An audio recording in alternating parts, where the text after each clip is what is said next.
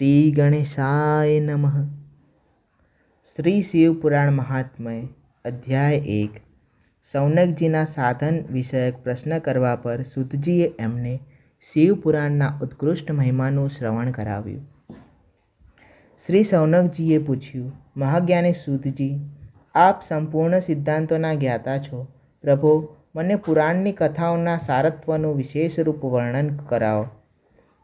જ્ઞાન અને વૈરાગ્ય સહિત ભક્તિથી પ્રાપ્ત થનાર વિવેકની વૃદ્ધિ કેવી રીતે થાય છે અને સાધુ પુરુષની કેવી રીતે પોતાના કામ, ક્રોધ વગેરે માનસિક વિકારોનું નિવારણ કરે છે. આ ઘોર કળિયુગમાં જીવન ઘણું કરીને આસુરી સ્વભાવનું થઈ ગયું છે. એ જીવ સમુદાયને શુદ્ધ એટલે કે દૈવ સંપત્તિથી યુક્ત કરાવવા માટે સર્વશ્રેષ્ઠ ઉપાય કયો છે?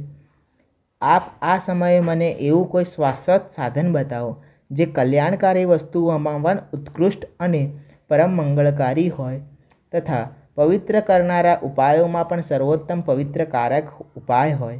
તાત એ સાધન એવું હોય જેના અનુષ્ઠાનથી તરત જ અંતઃકરણની વિશેષ શુદ્ધિ થઈ જાય અને તેથી નિર્મળ ચિત્તવાળા પુરુષને સદાને માટે શિવની પ્રાપ્તિ થઈ જાય.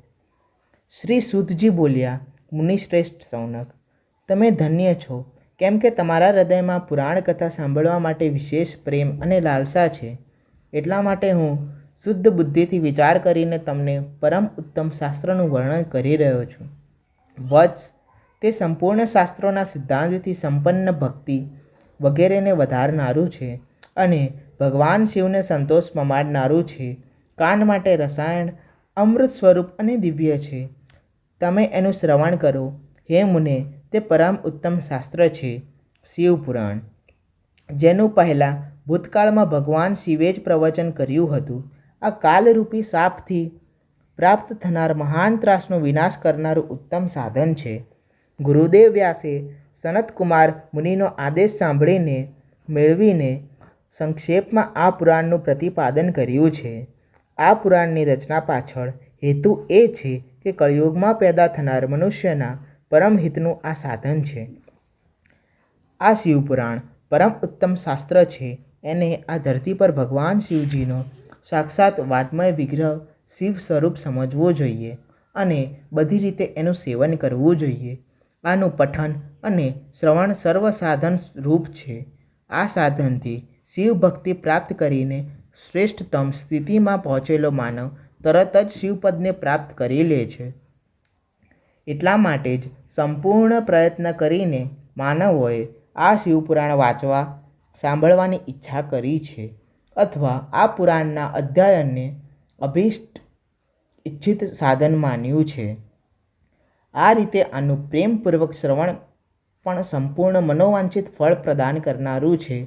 ભગવાન શિવ આ પુરાણને સાંભળીને મનુષ્ય ઘણા પાપોથી મુક્ત થાય છે અને જીવનમાં મોટા મોટા ઉત્કૃષ્ટ ભોગ ભોગવીને અંતે શિવલોકને પ્રાપ્ત થાય છે. આ શિવપુરાણ નામનો ગ્રંથ 24,000 શ્લોકવાળો છે. એની 7 સંહિતાઓ છે. મનુષ્યને માટે એ જરૂરી છે કે તે ભક્તિ, જ્ઞાન અને વૈરાગ્યથી સંપન્ન થઈને બહુ જ આદરથી આનું શ્રવણ કરે. 7 સંહિતાઓથી યુક્ત આ દિવ્ય શિવપુરાણ પરબ્રહ્મ પરમાત્માની જેમ જ બિરાજમાન છે અને સર્વથી ઉત્કૃષ્ટ ગતિ પ્રદાન કરવાવાળું છે. જે કોઈ નિરંતર અનુસંસાધન પૂર્વક આ શિવપુરાણને વાંચે છે અથવા નૃત્ય પ્રેમપૂર્વક આનો પાઠ માત્ર કરે છે તે પુણ્યાત્મા છે. એમાં કોઈ સંશય નથી. જો ઉત્તમ બુદ્ધિવાળો પુરુષ અંતકાળમાં ભક્તિપૂર્વક આ પુરાણને સાંભળે છે, એના પર અત્યંત પ્રસન્ન થયેલા ભગવાન મહેશ્વર એને પોતાનું શિવપદ ધામ પ્રદાન કરે છે. જે દરરોજ આદરપૂર્વક આ શિવપુરાણનું પૂજન કરે છે તે આ સંસારના સંપૂર્ણ સુખો ભોગવીને અંતે શિવ ભગવાનના શિવના પદને પ્રાપ્ત કરી લે છે. જે પ્રતિદિન આળસ ખંખેરી નાખીને રેશમી વસ્ત્રથી વીંટીને આ શિવપુરાણનો સત્કાર કરે છે તે સદા સુખી રહે છે. આ શિવપુરાણ નિર્મળ અને ભગવાન શિવનું સર્વસ્વ છે. જે ઇહલોકમાં અને પરલોકમાં પણ સુખ ચાહતો હોય એણે આદરપૂર્વક, પ્રયત્નપૂર્વક આનું સેવન કરવું જોઈએ. આ નિર્મળ તથા ઉત્તમ શિવપુરાણ ધર્મ, અર્થ, કામ અને મોક્ષરૂપ ચારે પુરુષાર્થોને આપવાવાળું છે. માટે સદા પ્રેમપૂર્વક આનું શ્રવણ કરવું જોઈએ અને વિશેષ પાઠ કરવો જોઈએ. અસ્તુ.